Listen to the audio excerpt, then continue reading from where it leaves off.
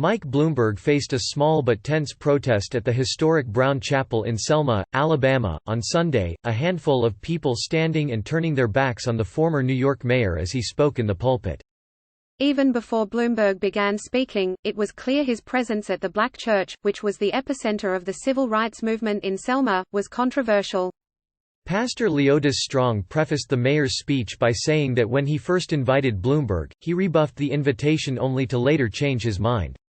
"It shows a willingness on his part to change," Strong said, before adding that he wanted Bloomberg to come to Selma to listen to people.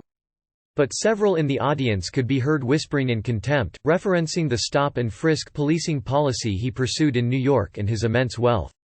One of the people who turned his back to the mayor was Ryan Haygood, president and chief executive of the New Jersey Institute for Social Justice.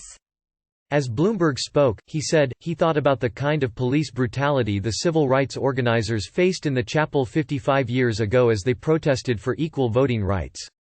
Bloomberg, Haygood said, presided over the same kind of tactics as mayor of New York. As he realized the Democratic candidate was not planning to address that issue, Haygood said, he decided to turn his back. "I thought this would be the place where he could finally say once and for all, let me own what I did, let me atone for it."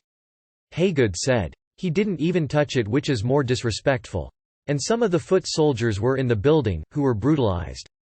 Bloomberg, who apologized for stop and frisk in November, was one of several high-profile figures to attend a nearly 4-hour service Sunday, including former Vice President Joe Biden, Massachusetts Senator Elizabeth Warren and former Georgia gubernatorial candidate and voting rights campaigner Stacey Abrams.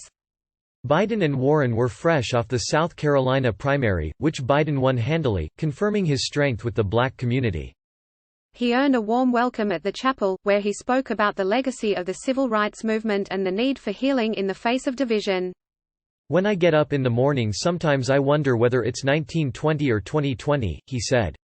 "I'm serious, think about it."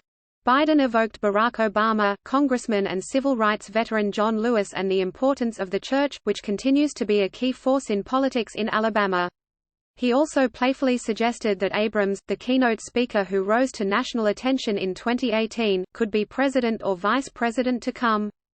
Abrams closed the service with a speech about voting rights in the South and her decision to fight for them through the Fair Fight 2020 campaign.